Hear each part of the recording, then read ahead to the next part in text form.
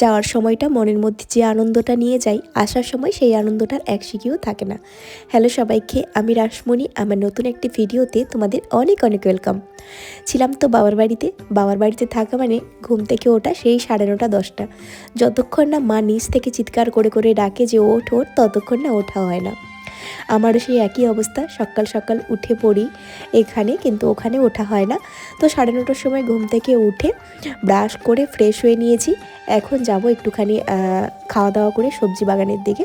আমার বাবা গোটা বাড়িতে সবজি লাগিয়েছে, অনেক রকমের সবজি, ফুল গাছ আমাদের এটা বরাবরই লাগানো হয়। তো এবছরও তার কোনো অন্যথা হয়নি, অনেক শাক সবজি অনেক কিছু লাগিয়েছে। তবে এখনও না পুরোপুরিভাবে হয়নি। কিছু কিছু শাক টাক হয়েছে, যা মা এর আগে আমার মানে শ্বশুর বাড়িতে পাঠিয়েও দিয়েছে।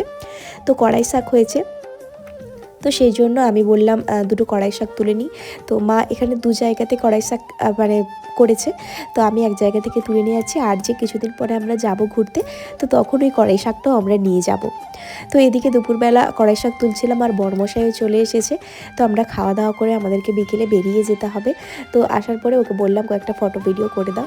আর এই যে পালং শাকও তুলেছি, কারণ কড়াই শাক না অতটাও ছিল না যে সবার হয়ে যাবে। আর কড়াই শাক না শুধু খেতে ভালো লাগে না আমার, ওর সাথে একটু পালং শাক দিলে বেশি ভালো লাগে।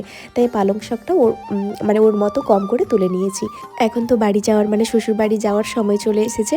আর আমি না শ্বশুর বাড়িটাকে শ্বশুর বাড়ি বলি, আমার খুব একটা বাড়ি বা কিছু বলা হয় না। অনেকেই যখন আমাকে জিজ্ঞাসা করে কিরে তোর বাড়ি কোথায়, আমি তখন বলি যে শ্বশুর বাড়ি এখানে, বাবার বাড়ি এখানে। আমার নিজস্ব কোনো বাড়ি নেই, আমি এখানে শ্বশুর বাড়িতে থাকি, ওখানে বাবার বাড়িতে থাকি। তো যাই হোক, এখানে মা এখন খাবার দাবার বাড়ছে। মা আজকে অনেক কিছুই রান্না করেছে, যেহেতু আগের দিন সন্ধ্যেবেলা মাংস হয়েছিল। তো সেই জন্য সকালবেলা সেরকম মাকে মানে আমি বলেছিলাম যে তুমি একটা তরকারি আর ডাল কিছু একটা ভাজা করো, কিন্তু মা শোনেনি। মা এখানে শিম ভাজা, বেগুন ভাজা, আলু ভাজা, বাঁধাকপির তরকারি, ডিম ভাজা, পালং শাক দিয়ে ডাল করেছে। ওকে আমি বেগুন ভাজা টাজা দিয়ে দিয়েছি, আমি খাইনি, কারণ অত ভাজাভুজি আমার ভালো লাগে না। হাফ জিনিসটা ওকেই তুলে দিয়েছিলাম। তো এখানে দুজন মিলে খাওয়া দাওয়া করে নিচ্ছে, আর মা একটু টিভি দেখে, সিরিয়ালগুলো দেখে। আর সিরিয়ালে যারা ভিলেনের পাঠ করে তাদেরকে মা আবার বকাবকিও করে।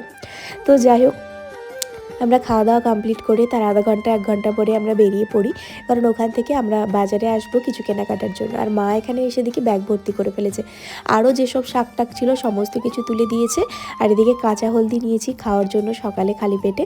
আর এদিকে মা মূলো শাক দিয়েছে, আবার এক্সট্রা করে পালং শাক তুলেছে, আরও এখানে কড়াই শাক তো রয়েইছে। আর কাঁচা হলুদটা না সকালে করে খাবো বলে নিয়েছি, বাট এখন আমার খাওয়া হয়নি। আমি ভেবেছি 2026 থেকে নতুন করে সব কিছু শুরু করব, তখন তোমাদের সাথে শেয়ার করব।